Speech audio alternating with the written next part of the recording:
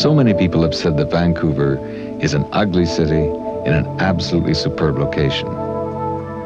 There's no question that nature has been extraordinarily kind to Vancouver, and I don't think we humans have been that intelligent with what we have done.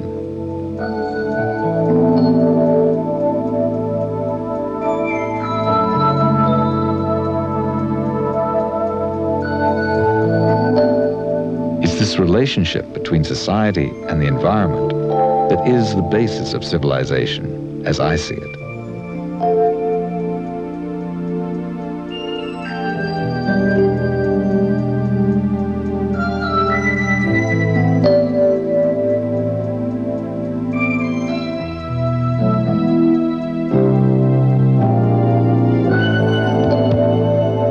I feel fortunate to have practiced architecture in my native city because it has allowed me to see those things that influence both the city's development as well as my own. And I think to truly understand Vancouver, one should never look at it apart from its surroundings, its climate, and its setting, for these are the elements from which it emerged.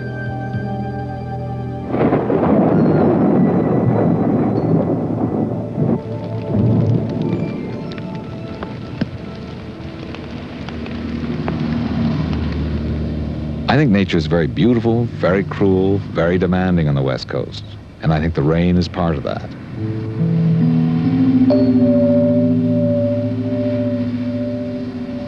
You can live in so many places where you forget what climate is because every day is just the same. In Vancouver, you can't forget the climate because every day is different. You have a colder day in the middle of summer than in the middle of winter. There's nothing that's consistent about it.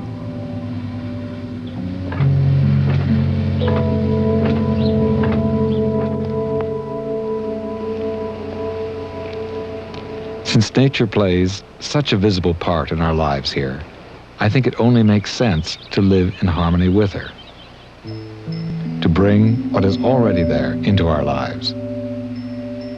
This garden is my sanctuary. It's really a very simple garden on a standard city lot, and the house itself is a garage, in fact 2 garages put together. But somehow or other, the way it has grown and the way I've let it grow, it's become a kind of clearing in the wilderness. And when I come into it from the city or after a long trip, it brings me back in contact with the kind of nature that you find in the Pacific Northwest. A very important result of Northwest climate is that with all the rain, you have a rank growth that covers everything and simply can't be stopped. The problem here is not how to get things to grow, but how to stop them from growing. With such a natural fertility, I find it much easier to let the trees and bushes grow more or less the way they want to grow. And I think anyone coming into this garden feels that when they come through the gate, they've entered into the original forest of British Columbia.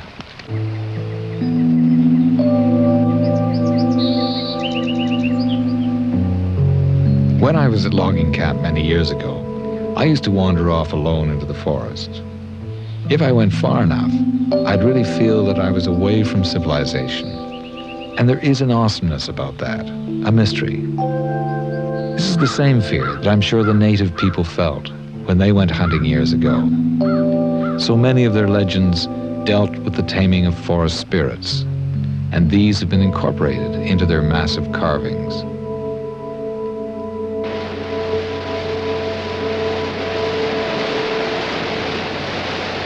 If you go to the Middle East, you immediately sense the form of the land. You are living in the illuminated part of the world, and the dark part, the mysterious part, is the sky. The reverse is true in the north. The ground you're on is in darkness, and you're looking at the white sky, longing for more light. Therefore, all the architecture and literature that's come out of these areas has that sense of longing, of reaching through spires and pinnacles for something that's not there. It's always been interesting to me that in the Middle East, there are no ghosts. The misty countries are the places where ghosts seem to appear.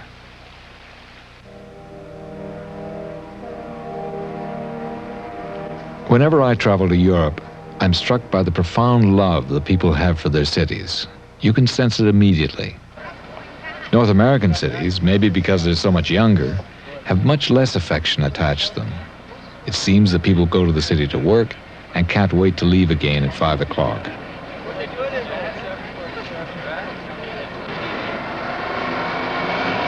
When designing Vancouver's Civic Centre at Robson Square, I tried to provide a place where people would want to sit and relax, meet friends, see an art exhibit, have a cup of coffee.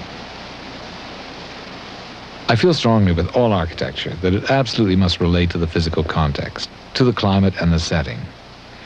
The mistake we make about a gray climate is to build with bright colors, but you have to develop an architecture that works with gray before you can achieve a harmony with the environment.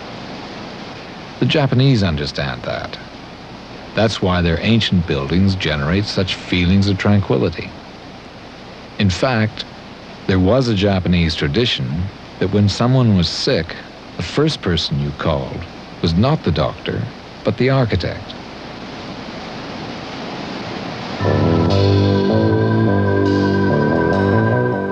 Vancouver's environment is spectacular, and I suspect people who say they love Vancouver are usually in love with the setting, not the city. It's so easy to escape the city, to find your recreation elsewhere, because the mountains and the sea are so close by.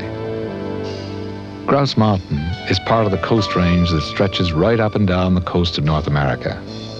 At Vancouver, these mountains extend out to the sea, and north of here, the fjords cut into the mountains and stop the city from growing any further north. This and the other mountain ranges of BC not only restrict our growth, but account for our feeling of isolation from the east, which is very much part of the West Coast mentality. Part of the excitement of this city, and part of its strength, is this sense of isolation. It took a special kind of person, I think, to come out here and establish his homestead in this part of the world. It took a certain ruggedness, a certain adaptability, a certain ingenuity to really accommodate to this kind of terrain.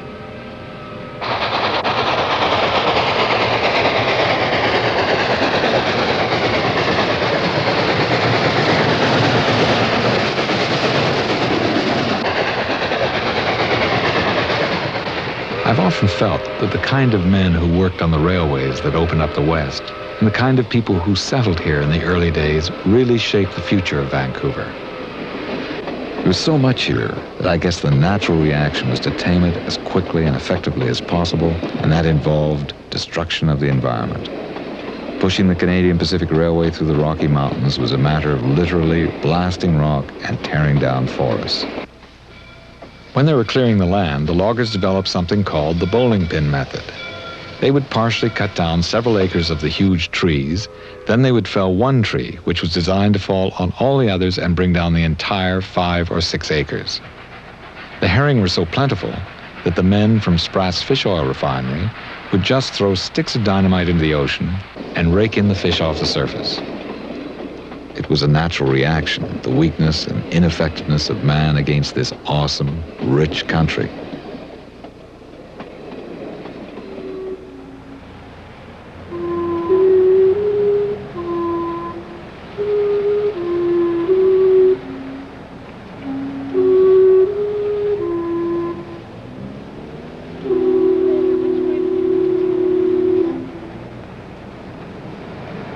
This is Gastown. It's the oldest part of Vancouver, but it's barely 100 years old. Vancouver was incorporated in April of 1886, and 2 months later, it burned to the ground. That was a terrible fire. People say it was more like an explosion than a fire, and everybody had to take to either False Creek or Burrard Inlet. But the fire only lasted 20 minutes. 12 hours later, they were rebuilding the city, but in brick, not in wood, as in the original town.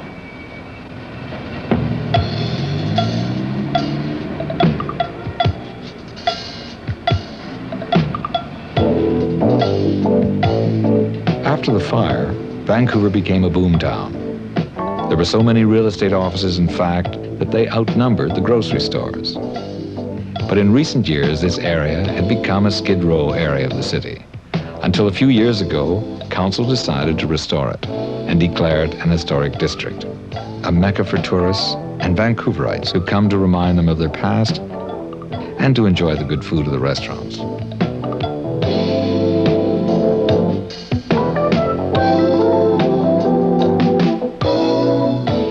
In North America, we seem to have difficulty knowing what to do with our history. The cult of newness has prevented us from integrating it into our lives or living comfortably alongside it. We seem to either sentimentalize our past by turning it into a tourist attraction, or we eliminate it by tearing it down.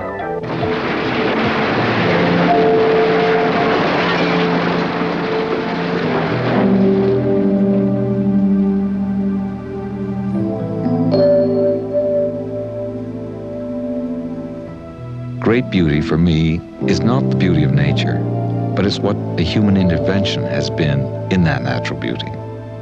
In other words, I think a mountain chasm in Switzerland is more beautiful because of the way they built a bridge through it, or how a castle is perched. The basis of civilization, I think, is in this respectful civilizing of nature. By and large, I'm afraid the development of Vancouver has reflected a rather indifferent attitude. But there is one area of Vancouver, at least, where man has built in harmony with nature.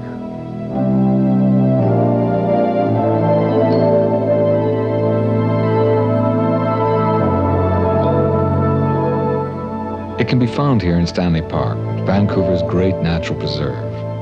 The seawall surrounding the peninsula of Park was built primarily by one man through 32 years and is probably one of the great monumental works of construction in Vancouver.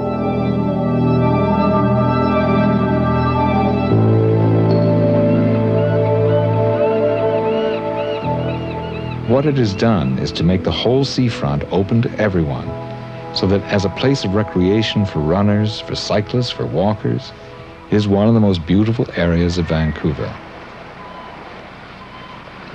I have a theory that I'm sure historians wouldn't agree with, and that is that Western civilization has slowly, imperceptibly been drifting to the west, probably following the sun. You see this because the early civilizations were centered around oceans, first the Persian Gulf, then later the Mediterranean for many centuries. Then at about the 16th century, it began to move to the Atlantic, and the Atlantic became the center of commerce, exploration, with the discovery of America, and has been the great ocean of commerce ever since. However, I think now we're getting to the time where the Pacific should come into its own, and I believe that this is the ocean of the future. Vancouver's harbor is one of the most protected in the world. In fact, the explorers that found this coast missed the harbor altogether because the opening into it is so narrow that they didn't even see it. Vancouver's harbor has the largest tonnage of any Pacific harbor in North or South America and is the door of Canada to the various parts of the Orient.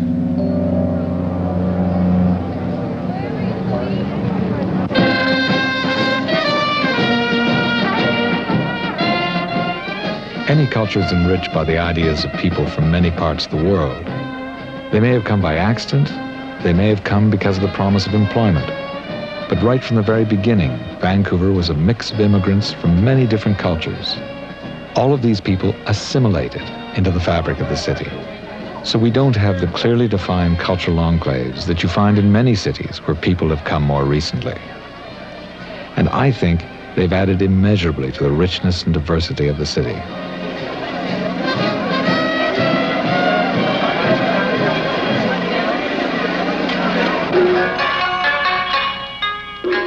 People from the Far East brought with them cultures and attitudes many thousands of years old. These ancient cultures helped to broaden our outlook as to just what a culture can be, and therefore they helped to tame some of the savageness of the West. We have to be aware and appreciative of approaches to life that are different from those in the West. In my office, I have architects from many different nationalities. The discussions, the contradictions, and sometimes even the conflicts always lead to fresh and new ideas.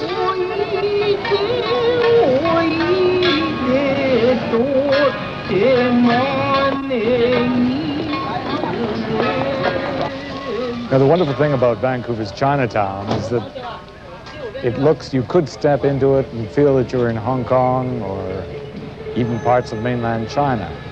There's something very natural and uncontrived about it. It hasn't been made for tourists, but for the Chinese. And this is where they live, this is where they work, and therefore you have this marvelous street atmosphere that is unique to this part of the city.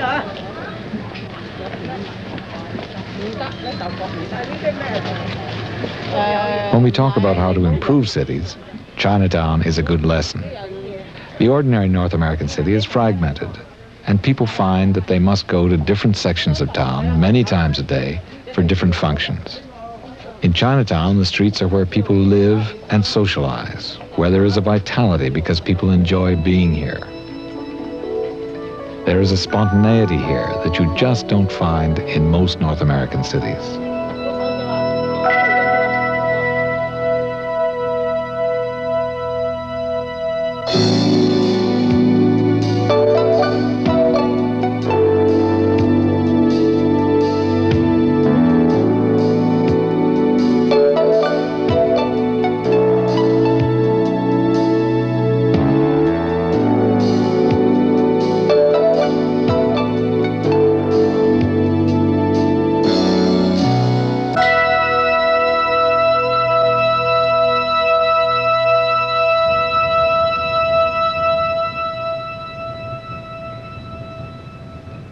Unlike Chinatown, Vancouver's West End is more in keeping with the typical North American idea of a city. You used to hear stories of people living for years in high-rise apartments where they didn't even know their neighbors. But I think that the West End is growing out of that. There has been a great change from when I lived here several years ago in a small white house, and it was surrounded by Greek columns with a pleasant little garden and a fountain. You can't believe that in 1955, that was what the West End looked like. Today, it has changed enormously. From 3-story apartments to 6-story apartments in the mid-50s, to 12-story apartments in the mid-60s, and now there are 20-story buildings here. You can almost read the city as you would a rock face in a cliffside as to when the changes occurred. Now, even though this looks pretty crowded, and is one of the densest areas in Canada, it still could do with a few more people.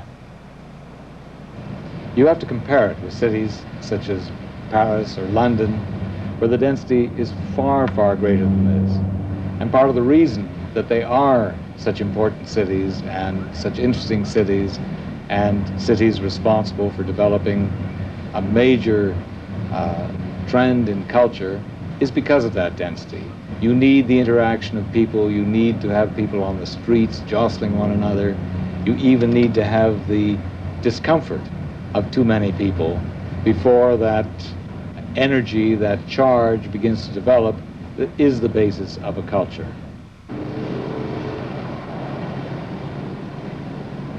For the first time, because of the density of the West End, you find that there is a street life here. In the summer, when the sun is out, it's great to be close to the beach because everyone suns, boats, and swims. They're on the beaches, they jog in Stanley Park, and they can walk to work. It's fun to live in the West End.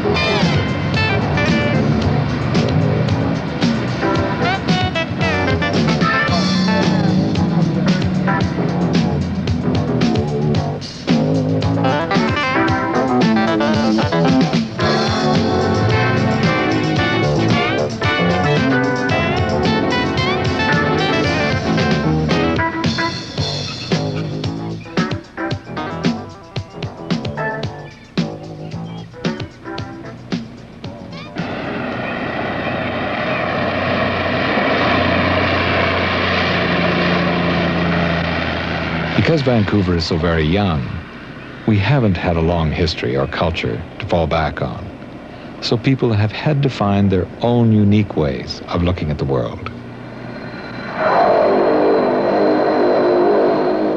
I realized this when I first went back east in 1946 to study architecture at McGill University with a friend from Vancouver.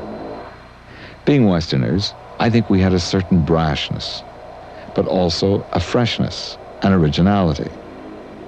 I think it's true that people here tend to be more adventurous, to take risks more than elsewhere. People might say that we take too many risks, but something exciting usually comes out in the end. I think this kind of thinking comes out of the Vancouver Stock Exchange, probably the most volatile and unpredictable in North America. A lot of fortunes have been made in Vancouver, and certainly many of them have been lost. In fact, in its early period, Vancouver boasted that it had more millionaires per capita than any other city in North America. It even had, at that time, a team of hockey players called the Vancouver Millionaires. Now, the result of this rapid change in fortunes is that we haven't had the long, established wealth that many of the eastern cities of North America or cities of Europe have had.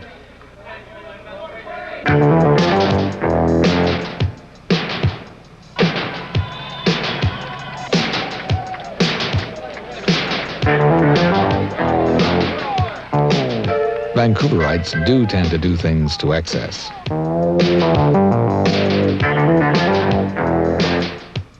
Maybe because of our newness, we can't always look within ourselves for peace of mind. Instead, we attack the physical world with an astonishing vigor, sometimes to the point of physical exhaustion.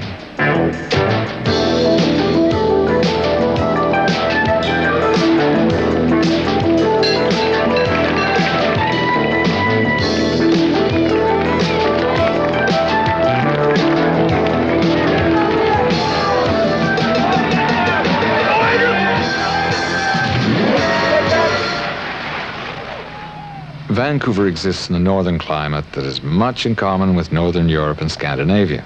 And sometimes I feel that northern people are like bears. We hibernate. In the winter, everyone goes away or retreats into their shells. But in the summer, everyone pours out of their houses into their gardens, onto the beaches, sailing, whatever. They suddenly become convivial and social life blossoms. I find this ability of Vancouver to reawaken, to rejuvenate, particularly exciting. Visitors from the east will complain about Vancouverites taking 2-hour lunch breaks or leaving at noon on Friday for a weekend in the mountains. However, the argument here is that it might be bad for business, but it's good for the soul.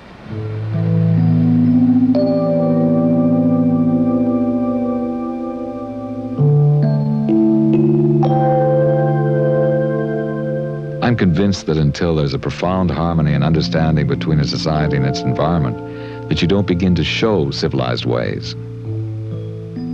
In a highly mechanized society, where we are so removed from the land and often estranged from each other, it takes time to develop that appreciation of place and community.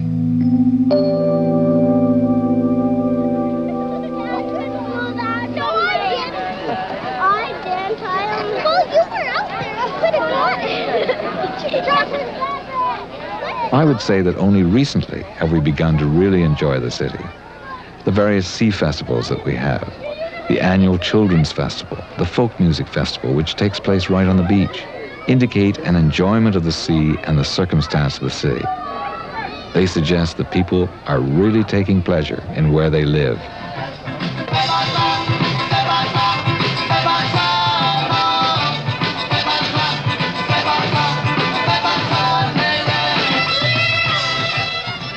A city grows out of the habits and the attitudes of the people who live in it. And I think that people must feel free to participate in the city because culture is the activities of the people. A lot of us have to admit that we can hardly enjoy being part of an established culture because we are the beginning, the pioneers still. We are just starting to develop that love of a place which is the beginning of a civilized life.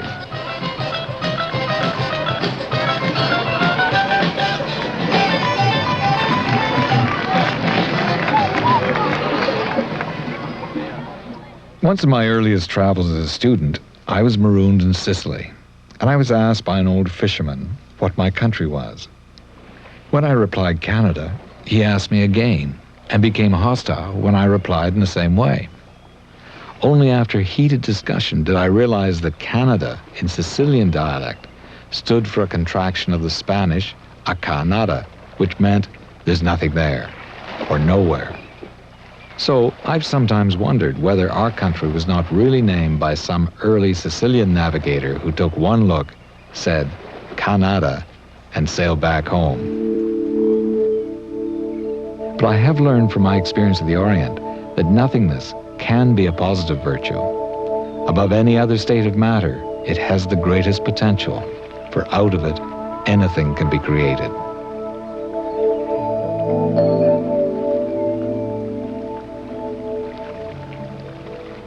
Vancouver is isolated in North America, but this has its advantages.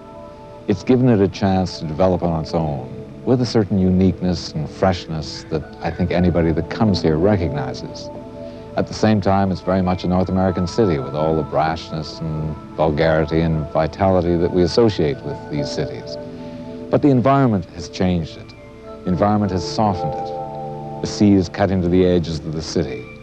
The soft light and the gray skies soften the edges of the buildings. And this is part of the characteristic that we enjoy, and I think this is what begins to make the city. And what we see, and gives us hope for this city, is how people are beginning to take a great deal of pleasure in the city. They're beginning to enjoy living here, expressing themselves here, and this is the beginning of a culture. There is, however, one thing we can always say about Vancouver, and we can expect it all the time.